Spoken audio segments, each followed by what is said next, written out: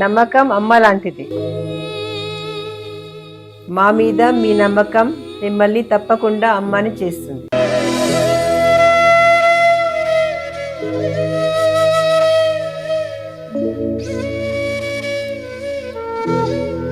నేడు ఎంతో మంది మా మీద నమ్మకంతో అమ్మాయారు.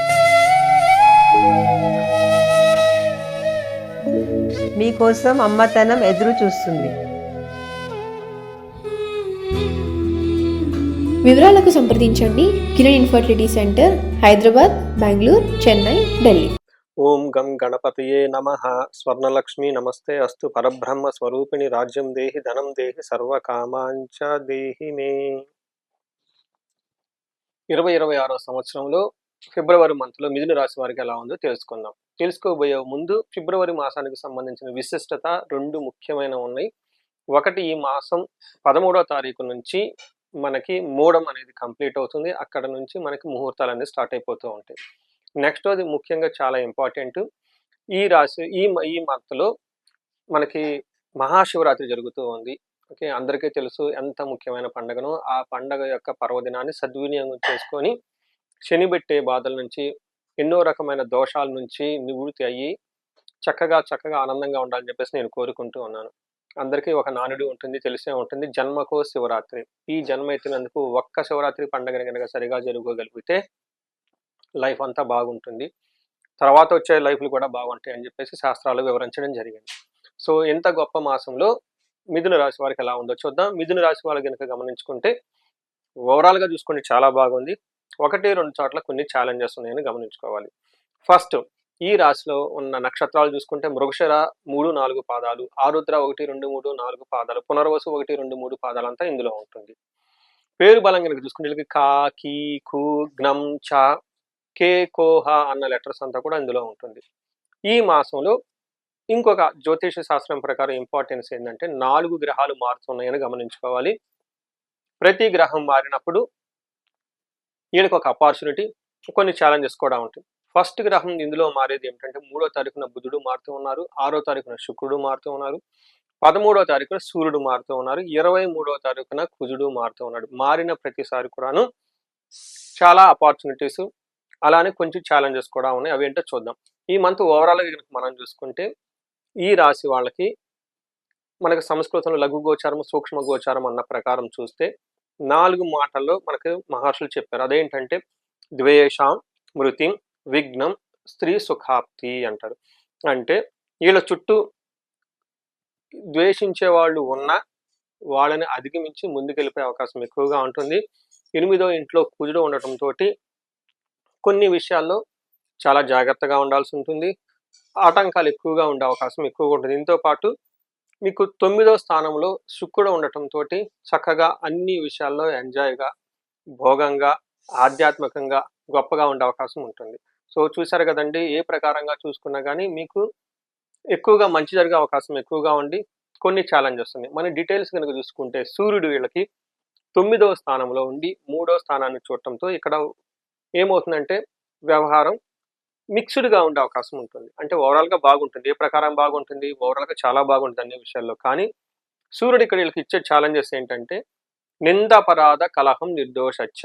ఇది సంస్కృతంలో మహర్షులు చెప్తారు. నింద అపరాధ అంటే ఈ టైంలో మీరు అపరాధి అంటే ఎలాంటి తప్పు లేకపోయినా మీ మీద నిందలు పడే అవకాశం ఎక్కువగా ఉంటుంది, మీతో గొడవలు పడే అవకాశం ఎక్కువగా ఉంటుంది.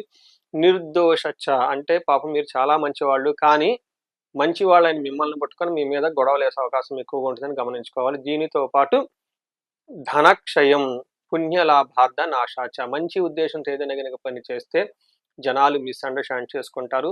దానికి సరైన గుర్తింపుని మిమ్మల్ని కొంచెం ఏమని చేస్తారు, ధనం ఖర్చు పెట్టే విధంగా చేసే అవకాశం ఎక్కువగా ఉంటుందని గమనించుకోవాలి. కానీ ఓవరాల్గా చాలా బాగుంటుంది. మీకు కుజుడు మీకు 8th హౌస్లో ఉండటంతో ఇక్కడ మిక్స్డ్ రిజల్ట్ ఉంటుంది. ఫస్ట్ పాజిటివ్ సైడ్లో చూసుకుంటే ధన సంపాదన వస్తుంది, ఏ పని చేసినా సక్సెస్ చక్కగా కలిసి వస్తుంది. మరి ఏ విషయంలో ఛాలెంజ్ ఇస్తున్నారంటే వీళ్ళకి స్థాన నాశన రుణచ్ఛేద. అంటే మీరు చేస్తున్న ప్రొఫెషన్లో కానివ్వండి, వృత్తిలో కానీ ఛాలెంజింగ్గా ఉండే అవకాశం ఎక్కువగా ఉంటుంది. అనుకున్న పని కాకుండా, మీ ఎక్స్పెక్టేషన్స్ విధంగా కాకుండా వేరే విధంగా ఉండే అవకాశం ఎక్కువగా ఉంటుంది. దీనితో పాటు రుణచ్ఛేద, విపరీతమైన అప్పుల వల్ల అవమానాలు జరిగే అవకాశం ఉంటుందని గమనించుకోవాలి. లాస్ట్ మోస్ట్ ఇంపార్టెంట్, శుక్రుడు మీకు 9వ ఇంట్లో ఉండటంతో దీనికి మహాభాగ్య యోగం అంటారు. 9వ స్థానంలో శుక్రుడు ఉంటే మహాభాగ్యాన్ని ఇస్తారు. ఏ విధంగా?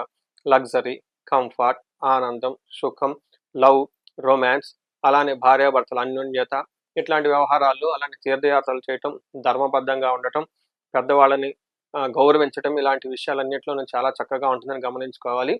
మనకు సంస్కృతంలో ఒక సెంటెన్స్ చెప్తారు. దాని మీనింగ్ ఏంటంటే, వస్త్రలాభో మహారోగ్యం గురు భక్తి స్యాద్ ధర్మకృత్ చిత్తశుద్ధి అభిష్టార్థ నవమస్తేద్ భవేద్ గురు శుక్ర అంటారు. అంటే శుక్రుడు 9వ ఇంట్లో అంటే ఏమవుతుంది?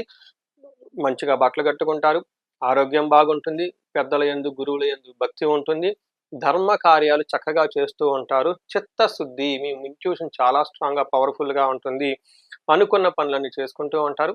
అంతేకాకుండా లవ్, రొమాన్స్, ప్లేజర్స్ లాంటి విషయాల్లో కూడా చాలా చక్కగా ఉంటారని గమనించుకోవాలి. నక్షత్రం ప్రకారం చూసుకుంటే మృగశిర, ఆరుద్ర, పునర్వసు నక్షత్రాలు 3 నక్షత్రాల వాళ్ళకి కొంచెం గాయాలయ్యే అవకాశం ఎక్కువగా ఉంటుంది. అనుకున్న పని కొంచెం కాకుండా డిఫికల్టీస్ అయ్యే అవకాశం ఎక్కువ ఉంటుందని గమనించుకోవాలి.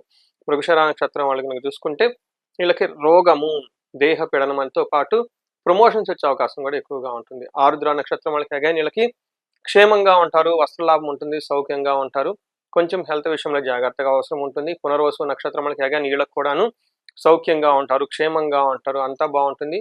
హెల్త్ విషయంలో కొంచెం జాగ్రత్తగా ఉంటే అతిగా భయపడే పరిస్థితులు ఎక్కువగా ఉంటాయని గమనించుకోవాలి. ఇలా ఈ రాశి వాళ్ళు ఫిబ్రవరి మంత్లో ఇలా ఉన్న టైంలో మీరు కొన్ని పరిహారాలు కనుక చేసుకోగలిగితే ఇంకా చక్కగా బాగుండే అవకాశం ఎక్కువ ఉంటుంది. మీకు కుజుడు కొంచెం ఇబ్బంది పెడుతున్నారు కాబట్టి సుబ్రహ్మణ్యేశ్వర స్వామి ఆరాధన, సుబ్రహ్మణ్యేశ్వర స్వామి భుజంగ స్తోత్రము, లేదా మనకి జంట నాగులు ఉంటూ ఉంటాయి అన్నమాట. సుబ్రహ్మణ్యేశ్వర స్వామి చక్కగా పాలతో అభిషేకం చేసి, చిన్న దీపారాధన చేసి, కూర్చొని మీరు కొంచెం ధ్యానం చేసి, మీ యొక్క సంకల్పాన్ని చెప్పుకొని పనిని కనుక ప్రారంభిస్తే విజయం వచ్చే అవకాశం ఎక్కువగా ఉంటుంది. ఇవి కాకుండా మీరు పెద్ద పెద్ద బిజినెస్లు చేస్తున్నా, ఇంకా వేరే ప్రాజెక్టులు చేస్తున్నా, మీ యొక్క జీవితంలో అనుకున్న విధంగా అన్నీ కావాలనుకుంటే, పర్టికులర్గా ధనానికి సంబంధించిన ఏదైనా ప్రాబ్లం ఉంటే స్వర్ణలక్ష్మి విశేష హోమం చేయించుకుంటే చక్కగా కలిసి వస్తుంది. భార్యాభర్తల అన్యోన్య దాంపత్య పాశుపత అభిషేకం చేసుకుంటే చాలా బాగుంటుంది. ఇవి కాకుండా శత్రువులపై విజయం కావాలంటే చండీ హోమం, చండీ పారాయణం చేయించుకుంటే చాలా బాగుంటుంది. మీ యొక్క ఇండివిజువల్ హారోస్కోప్ని చెక్ చేయించుకొని తదనుగుణంగా మీ జాతకానికి ఎక్కడైనా కనుక ముందుకు వెళ్లకుండా ఉంటే, స్టాగ్నేటెడ్గా ఉంటే ఒక్కసారి జాతక చక్రం చూపించుకోవాలని చెప్పేసి కోరుకుంటున్నాను. పర్టికులర్గా మీ ఏజ్ 35 నుంచి 45 సంవత్సరాల మధ్యలో ఉంటే, సడన్గా మీలో గ్రోత్ లేకుండా ఉంటే, ఇబ్బంది పడుతూ ఉంటే, దానికి కారణం శాపాలు అయి ఉండొచ్చు, మీ కార్మికంగా వచ్చిన బ్లాకేజెస్ అయి ఉండొచ్చు. వీటిని కనుక మీరు తొలగించుకుంటే చక్కగా ఎంతో ఫాస్ట్గా జీవితంలో ముందుకెళ్ళే అవకాశం ఎక్కువగా ఉంటుంది. ఇంకొక ముఖ్యమైన విషయం, ఈ మాసంలో మన అందరూ ఎక్కువగా అకాడమిక్స్ ప్రిపేర్ అవుతూ ఉంటారు. స్టూడెంట్స్ కానివ్వండి, లేదంటే హై ర్యాంక్ ఎక్స్పెక్ట్ చేసుకునే వాళ్ళు కానివ్వండి, లేదంటే జాబ్స్ నిమిత్తం కాంపిటేటివ్ ఎగ్జామ్స్లో ప్రిపేర్ అయ్యే వాళ్ళు కానివ్వండి, వీళ్ళంతా మీ యొక్క అకాడమిక్స్లో చక్కగా పెర్ఫార్మెన్స్ చేసి మంచి ర్యాంకులు సంపాదించుకొని తద్వారా మీరు మంచి కాలేజెస్లో సీట్ రావటానికి, విద్య బాగా రావటానికి చాలా రకాలైన దేవుళ్ళని ఉపాసన చేయటం చాలా అవసరం.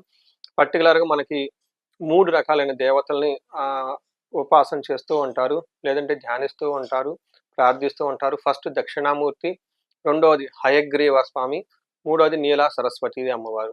మీ యొక్క జాతకాన్ని చూపించుకొని మీ లగ్నానికి అనుగుణంగా ఏ దేవతని, ఏ దేవుడిని ఉపాసన చేస్తే మీకు కార్యసిద్ధి త్వరగా వస్తుంది, విద్యాసిద్ధి, జ్ఞానసిద్ధి త్వరగా వస్తుందో తెలుసుకొని తద్వారా ఆ యొక్క దేవతలకి జపాలు చేయించటం, పాశుపత అభిషేకాలు చేయించటం, హోమాలు కనుక చేపిస్తూ ఉంటే ఖచ్చితంగా మీరు అకాడమిక్స్లో చాలా చాలా ముందుకు దూసుకునే అవకాశం ఎక్కువగా ఉంటుంది.